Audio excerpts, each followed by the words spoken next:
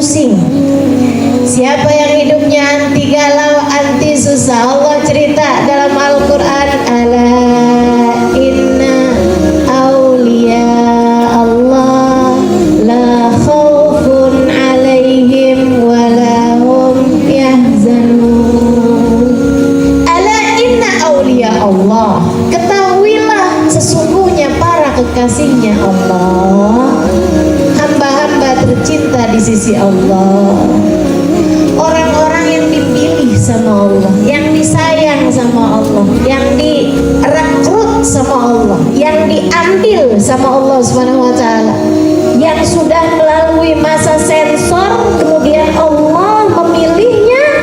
Nih, hasil jaring-jaringnya Allah Subhanahu wa taala ketika bekerja memilih para kekasih-kekasihnya Allah Subhanahu wa taala. Allah cerita sebagai hasilnya, la khaufun alaihim wa la hum,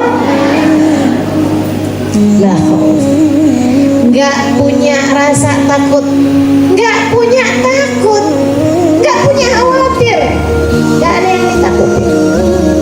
La khauf, mereka enggak punya khawatir, enggak punya takut. Nanti kalau saya sakit gimana? Nanti kalau saya nggak sembuh juga gimana? Nanti kalau nggak ada takut. La khauf wala hum yahzanun, bahkan nggak pernah sedih hati. Sebab sifatnya walinya Allah, sifatnya kekasihnya Allah, la khaufun alaihim wala hum, nggak takut, nggak sedih.